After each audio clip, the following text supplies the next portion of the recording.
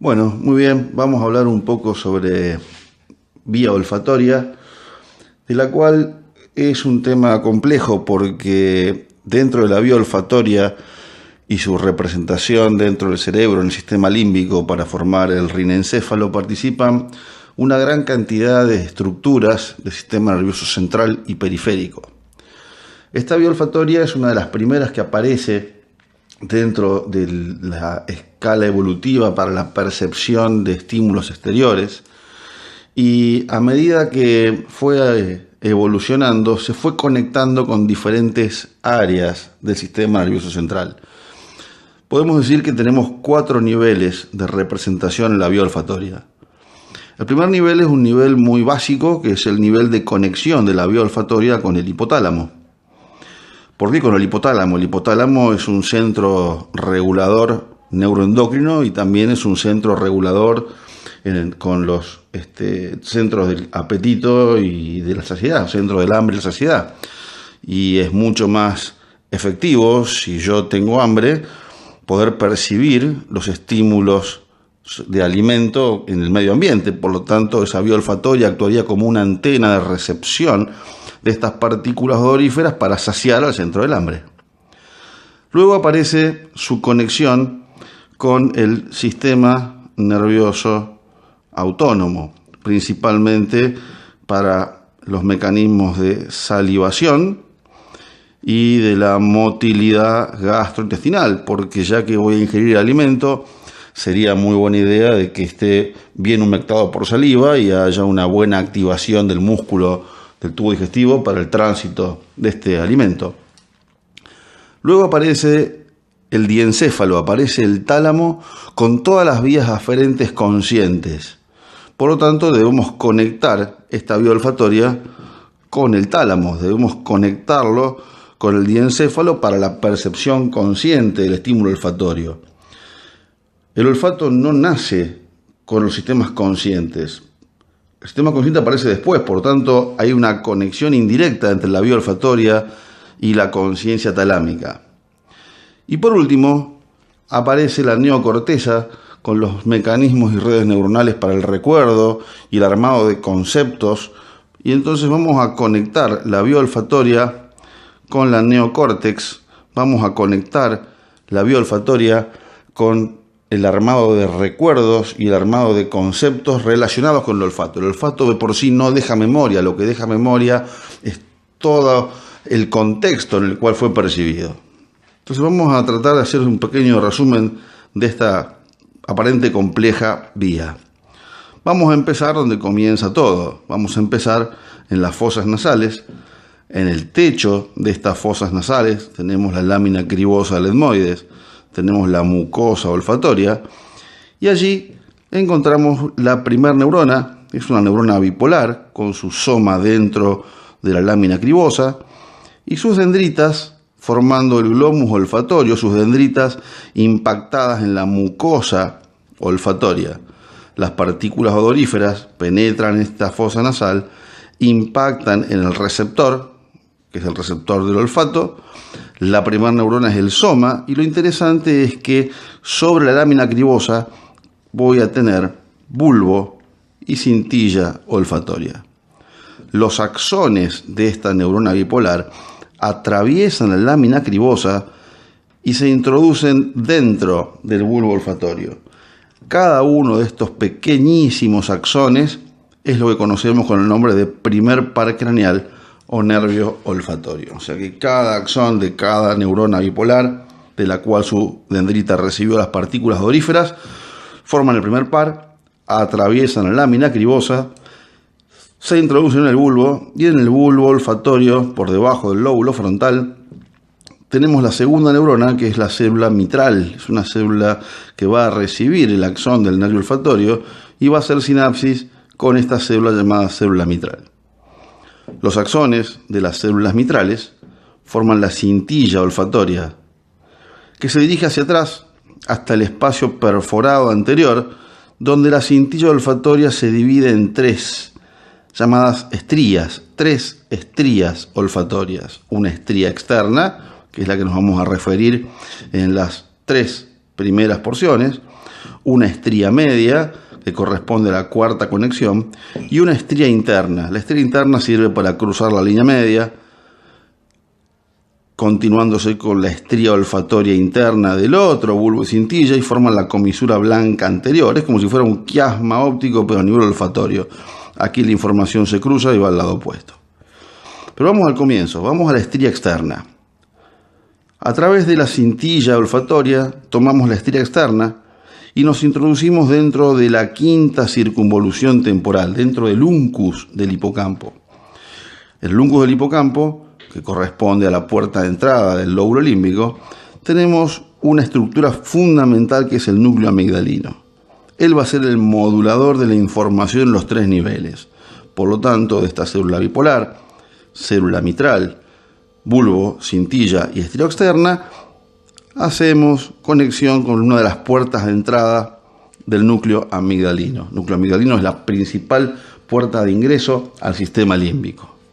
Bien, desde el núcleo amigdalino ahora debemos llegar al hipotálamo, a los centros reguladores hipotalámicos del hambre y la saciedad, a través de un haz que se denomina amígdalo hipotalámico.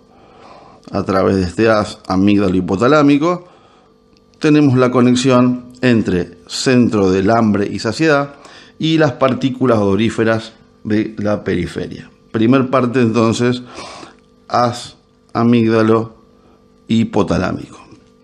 Bien, ya tenemos cubierta la primera parte del sistema.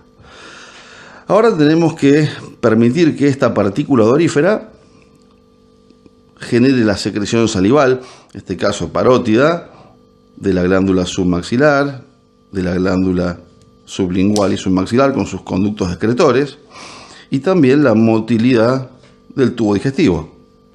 Por lo tanto, ahora deberemos descender al tronco encefálico. ¿Por qué al tronco encefálico? Porque en el tronco encefálico tenemos los núcleos salival superior, núcleo salival inferior y núcleo dorsal del vago o cardio-gastro-neumoentérico. Sabemos que del núcleo salival superior, a través del nervio cuerda del tímpano del facial, llevaremos las fibras preganglionares hasta el ganglio submaxilar y sublingual, y luego el nervio lingual, como rama postganglionar del trigémino, activará estas dos glándulas. Entonces, el núcleo salival superior, nervio cuerda del tímpano, colateral intrapetrosa del facial, ganglio submaxilar y sublingual, y las postganglionares las lleva el nervio lingual, rama del trigémino. Del núcleo salival inferior, como rama preganglionar, también del facial, el nervio petroso, del nervio petroso al ganglio óptico, preganglionar siempre séptimo par, y como postganglionar del ganglio óptico, nervio auriculotemporal, activamos la secreción parotidia. Del cardio-gastroneumoentérico, saliendo del décimo par, el décimo par formará los plexos, plexo hepático, plexo solar, y del plexo solar, como postganglionar, al plexo submucoso y mientérico del tubo digestivo. Aumentamos la secreción de los jugos gástricos y aumentamos la motilidad del tubo digestivo.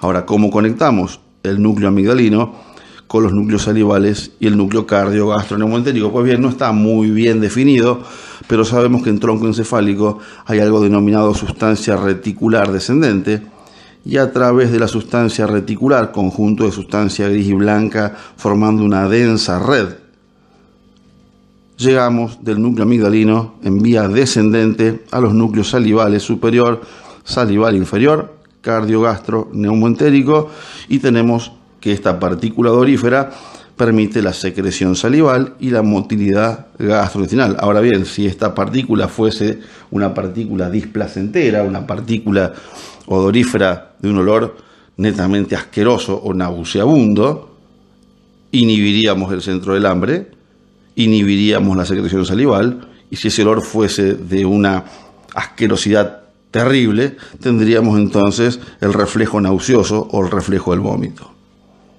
Tenemos cubierta la segunda parte. Aparece el tálamo. Aparece el tálamo con todas sus vías conscientes. Y el tálamo va a presentar el núcleo anterior del tálamo, primer núcleo del tálamo para el primer sentido. ¿Cómo llegamos del núcleo amigdalino al tálamo? Bueno, vamos a tomar el camino del trígono. Pilar posterior del trígono, cuerpo del trígono, pilar anterior formando el agujero de Monro, tubérculo mamilar que corresponde al hipotálamo. Del núcleo amigdalino emprendemos el camino a través del trígono